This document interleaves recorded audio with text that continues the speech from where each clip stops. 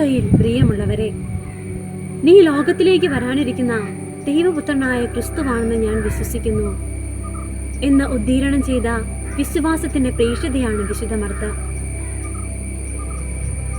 ബഥാനിയയിലെ വിശുദ്ധ മർത്തായെയും മറിയത്തെയും കുറിച്ച് നാം ചിന്തിക്കുമ്പോൾ നമ്മുടെ മനസ്സിലേക്ക് കടന്നു വരുന്നത് വ്യഗ്രചിത്തയായ മർത്ത, നല്ല ഭാഗം തിരഞ്ഞെടുത്ത മറിയം. എന്നാൽ വിശുദ്ധ മർത്തായുടെ ജീവിതത്തിലേക്ക് നാം ഒന്ന് തിരിഞ്ഞു നോക്കുമ്പോൾ ഈശോയുമായി ആഴമായ ബന്ധം പുലർത്തിയവളാണ് വിശുദ്ധ മർത്ത എന്ന് നമുക്ക് മനസ്സിലാകും. അതുകൊണ്ട് തന്നെയാണ് മർത്ത വിശുദ്ധ മർത്തയായി തീർന്നത്. വിശുദ്ധ മർത്തായിൽ 3 സവിശേഷതകളാണുള്ളത്. ഒന്നാമതായി, സേവനത്തിൽ മഹത്വം കണ്ടെത്തിയവൾ. രണ്ടാമതായി, വിശ്വാസത്തിൽ ആഴപ്പെട്ട മർത്ത. മൂന്നാമതായി, ഈശോയോട് ആഴമായ ഒരു സ്വാതന്ത്ര്യം ഉണ്ടായിരുന്നവൾ. തൻ്റെ ശുശ്രൂഷയിൽ മഹത്വം കണ്ടെത്തിയ വിശുദ്ധ മർത്ത തൻ്റെ ശുശ്രൂഷകളിലൂടെയെല്ലാം ദൈവത്തോടുള്ള സ്നേഹമാണ് പകർന്നു നൽകുന്നത്. അതുപോലെ തൻ്റെ വിശ്വാസ പ്രഖ്യാപനത്തിലൂടെ ഈശോയുമായുള്ള ആഴമായ വിശ്വാസം നമുക്ക് പകർന്നു തരുമ്പോൾ, ഒരു വ്യക്തിയിൽ നമുക്ക് വിശ്വാസം ഉണ്ടാകണമെങ്കിൽ ആ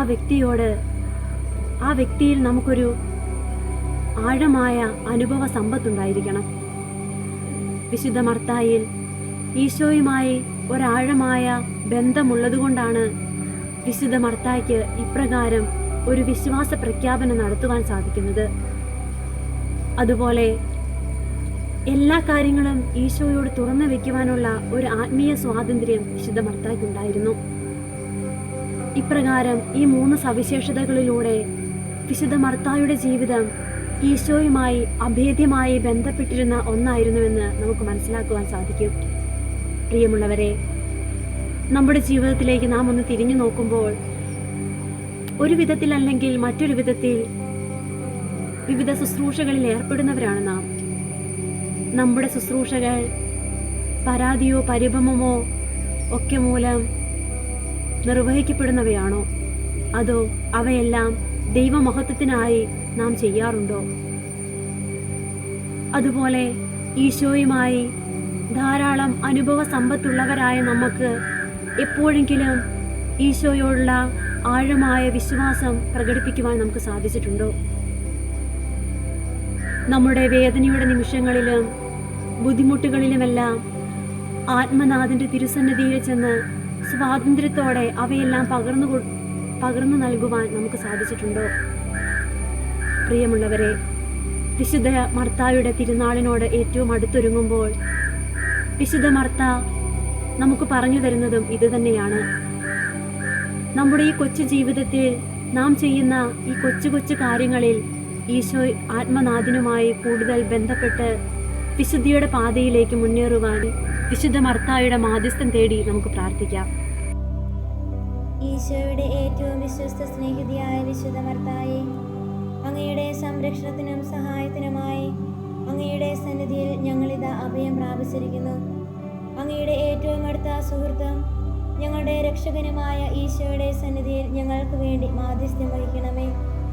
ഈശോനാഥനുമായി അങ്ങേക്കുണ്ടായിരുന്ന അഗാധമായ സ്നേഹത്തെ പ്രതി ഞങ്ങളിപ്പോൾ അപേക്ഷിക്കുന്ന നിയോഗം അങ്ങയുടെ ശക്തിയേറിയ മാധ്യസ്ഥ്യം വഴി സാധിച്ചു തരണമേ എന്ന് ഞങ്ങൾ അപേക്ഷിക്കുന്നു. ആമേൻ.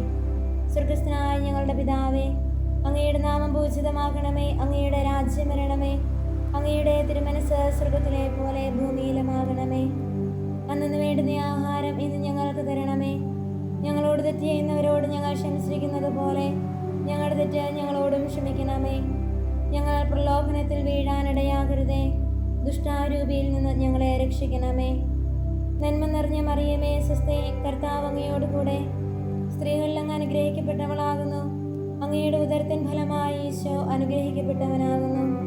പരിശുദ്ധ മറിയമേ, തമ്പുരാന്റെ അമ്മേ, പാപികളായ ഞങ്ങൾക്ക് വേണ്ടി ഇപ്പോഴും ഞങ്ങളുടെ മരണസമയത്തും തമ്പുരാനോട് അപേക്ഷിച്ചു കൊള്ളണമേ.